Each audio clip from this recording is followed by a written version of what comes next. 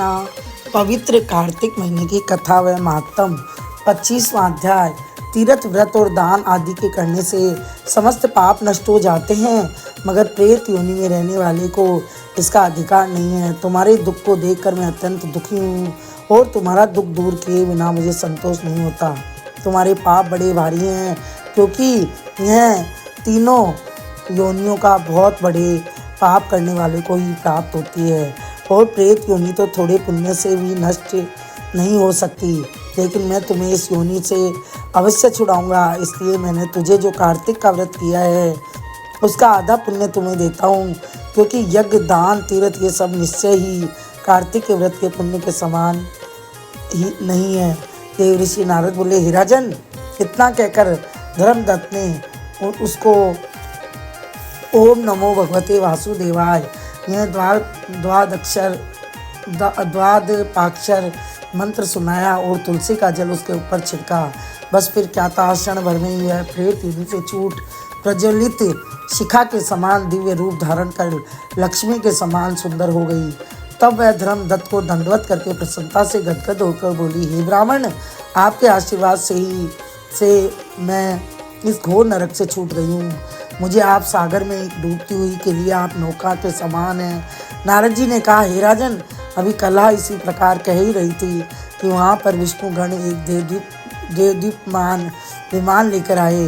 विमान के द्वार पर अप्सराएं और गण बैठे हुए थे। धर्मदत्त ने उनको देखकर प्रणाम किया। पुण्यशील और सुशील नामक भगवान विष्णु के गणों ने धर्मदत्त को अपने हाथ से ऊपर उठा उसका अभिनंदन करके कहा, हे द्विजश्रेष्ठ, आप धन्य हैं जो सदा भगवान विष्णु के व्रत कथा और सेवा में लगे रहते हैं। आपने जो अपने बाल्यकाल में पवित्र और शुभ कार्तिक व्रत किया था, उसके आधे फल से कलह के पूर्व जन्म के एकत्रित पाप सब नष्ट कर दिए। यही नहीं, आपकी कृपा से उसके सैकड़ों जन्मों के पाप नष्ट हो गए हैं। आपके जागरण आदि करने के पुण्य प्रभाव से आकाश मंडल से यह विमान आया है। हे ब्राह्मण, अब हमें इसे भांति भांति के भोगों से युक्त वैकुंठ में ले जा रहे हैं। आपके दान पुण्य के प्रभाव से यह भगवान विष्णु के पास रहेगी। आप भी इस जन्म के बाद अपनी दोनों स्त्रियों सहित वैकुंठ में विष्णु जी के पास रहोगे और मुक्ति प्राप्त करोगे। हे दया सागर, वह मनुष्य धन्य है और जन्म उन्हीं का फलीभूत है जिन्होंने तुम्हारी तरह विष्णु जी की भक्ति की है, क्योंकि भगवान विष्णु अपने भक्तों को भला क्या नहीं देते हैं, वह सब कुछ देते हैं। जिन्होंने प्राचीन काल में उत्तानपाद के पुत्र को ध्रुव स्थान पर पहुंचाया, जिसके सुमरन मात्र से प्राणियों की मुक्ति हो जाती है। प्राचीन काल में विष्णु जी केवल अपने नाम के स्मरण से ही आप द्वारा पकड़े हुए हाथी को हस्ती योनि से मुक्त करके जय नाम घोष देकर अपना पार्षद बना लिया।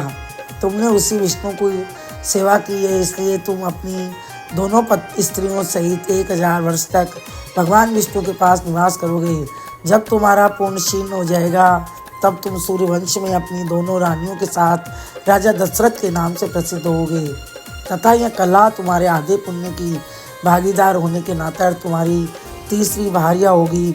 वह भगवान विष्णु पुत्र के रूप में तुम्हारे पास रहेंगे और देवताओं का कार्य करेंगे।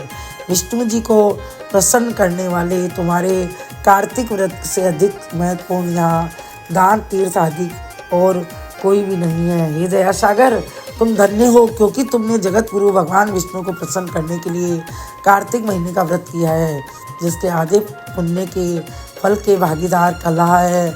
इस समय हम इसे अपने साथ विष्णु लोक को ले जा रहे हैं। बोले विष्णु भगवान की जय।